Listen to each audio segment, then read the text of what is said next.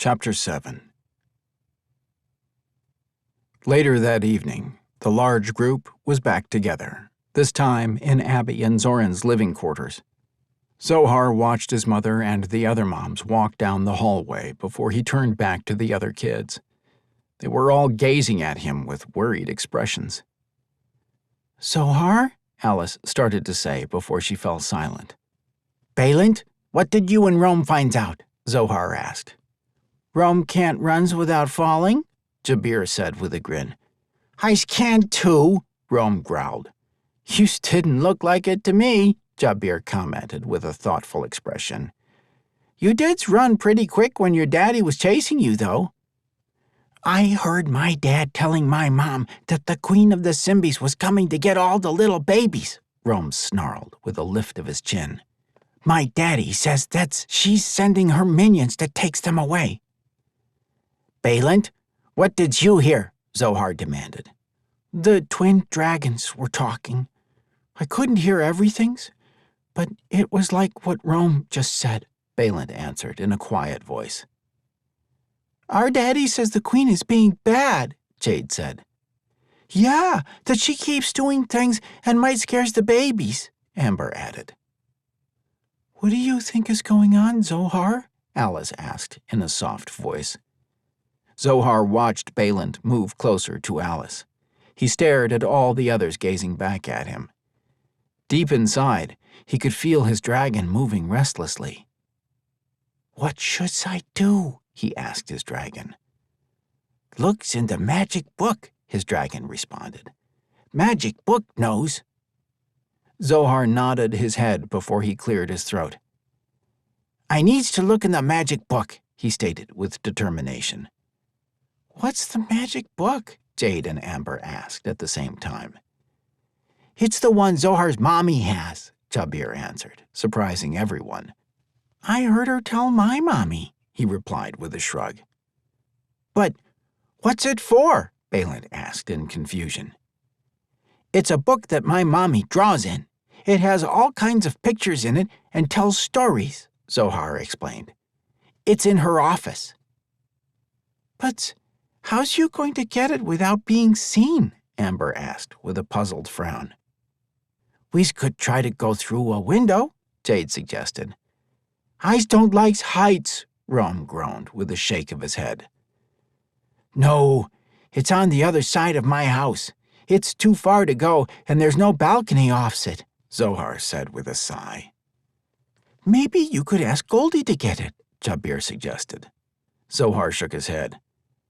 "I don't want Goldie to get in trouble," he said with a frustrated frown. "I could take you," Alice suggested. "No!" Balint exclaimed, grabbing Alice's hand. "You knows what happened when you did that before." "I'm stronger now," Alice replied. "I know I can do it." "No," Balint said stubbornly. "Are you sure, Alice?" Zohar asked in a hesitant voice. "I'll get Bio to help me get in," Balint stated in a fierce voice. "You tell me what it looks like." "Yes, I's sure," Alice said in a stubborn tone, glaring at Balint. "I's much stronger." Zohar studied Alice's face for a moment before he nodded. He knew where his mom kept the magic book. Swallowing, he held out his hand. "Alice!" Balint started to protest before he pursed his lips together in a tight line when he saw her stubborn face. "You's better be careful, or else I's going to tell your mommy and daddy yous wouldn't listen to me," he finally muttered, as he reluctantly released her hand. "I's be waiting for you." "I know," Alice whispered, before she brushed a kiss across Balint's cheek. "You! Balint's got Alice's yuckies now," Jabir and Rome giggled. "I's do not," Balint scowled, turning and tackling Rome. Zohar decided the distraction was a good time for Alice to do her own magic. His breath caught, and he bit back a startled cry when everything blurred for a moment. When he blinked again, they were in his mom's office on the other side of the apartments. "I's not sure I wants to know how you do that," Zohar muttered in a wobbly voice, before he suddenly sat down on the rug and shook his head. "I's seeing stars." "Yous be okay," Alice promised, looking around the room. "Where's the magic book?" "I'll get it," Zohar murmured, with a shake of his head to clear the slight disorientation. He climbed slowly to his feet and took several shaky steps before he felt the strength in his legs return. Behind him, Alice stared in fascination at all the beautiful pictures and wide variety of blown glass along the walls and shelves. Pushing his mom's drafting chair to the side, he climbed up onto it. On the desk was a large, thick book with a beautifully carved cover. He ran his small fingers over the images. On the cover, several dragons danced among the stars. He could see a warship that he imagined was his father's and 2 planets. His fingers traced the one that he knew had been his mother's. She told him about the cover once when he was in the office with her. "What is that?" Alice asked in a soft voice. "It is pretty." "It is where my mommy came from," Zohar whispered, turning to stare into Alice's curious blue eyes. "She came from far a ways." "So did my mommy," Alice replied, touching the cover. "They's all come from the same world, just like Grandpa Paul," Zohar explained. "Do yous think this is where the Queen is coming from?" "My daddy won't let her take my mommy away," Alice said in a small voice, turning to look at Zohar with a worried gaze. "No, they don't have symbiotes there," he said reassuringly. "Let's see if we can find out what the magic book says about the Queen." Alice nodded and returned her attention back to the book. With a wave of her hand, it opened. Zohar drew in a deep breath and shook his head. "Yous is more powerful," he whispered in awe. Alice giggled. "I's been practicing, like my daddy does," she admitted. "What's this?" "It's the entrance to the castle," Zohar stated, carefully turning the page. "Yous hasn't seen it yet." "Oh," Alice replied. Zohar and Alice looked at the doors. The drawing was done in vivid colors with elaborate attention to detail. Zohar frowned as he stared at the illustrations. The doors were covered in beautiful circles and swirls. In each one, there appeared to be smaller creatures inside them that looked a lot like... "That looks like little symbiotes, but it looks different," Alice murmured, turning to look at Zohar. "Yes," he muttered. "Looks at these." 2 large faces adorned the door and appeared to be talking. "I wish I could hear them." Alice nodded. "Me too. My powers don't make this kinds of things come to life," she answered with a shudder. "I's not so sure I's want to, even if I could," she admitted. Zohar silently agreed.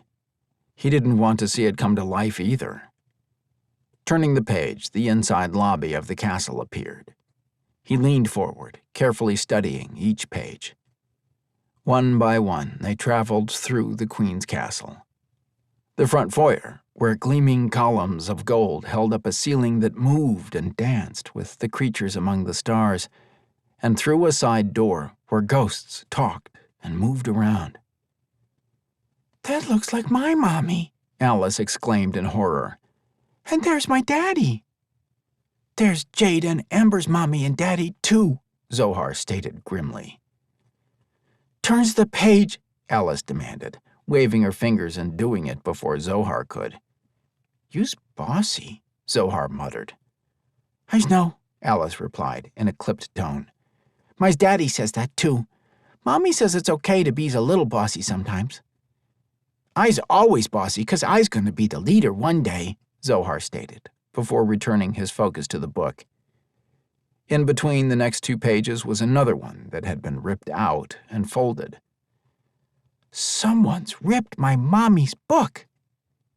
He swallowed when he heard Alice's low cry of dismay when he unfolded it. The picture showed the throne room. It looked just like the one he'd seen when his mom had taken him inside the castle a few days ago. Only this time, the queen was there, and she was holding up a baby that looked just like... "That's Leo. That's Rome's Auntie Tina's baby," Alice whispered in a louder voice. "Zohar, we've got to do something." "That's Morah and Hope, too," Zohar responded in an angry tone. "That's why my daddy called the twin dragons." "But why was Auntie Kara build a castle for the queen?" Alice asked, puzzled. "Maybe the book will tell us," Zohar muttered, turning the pages. One by one, the illustrations brought to life the inside of the castle. It looked as if whoever entered became captured by the queen. She turned them into ghostly figures. Her minions, small, odd-shaped golden figures, could be seen sneaking into the palace. When they came almost to the end of the book, they saw where the page had been ripped out. It showed the queen's minions taking the babies. The very last page was a picture of a world filled with all kinds of unusual creatures.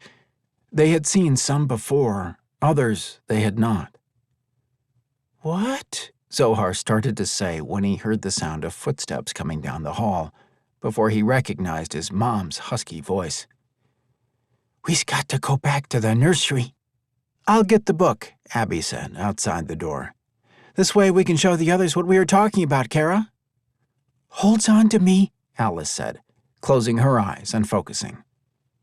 Zohar barely had time to close the book before they vanished. His left hand was wrapped tightly around Alice's arm, while his right hand gripped the torn-out page. He wanted to show it to the others to see what they thought it meant.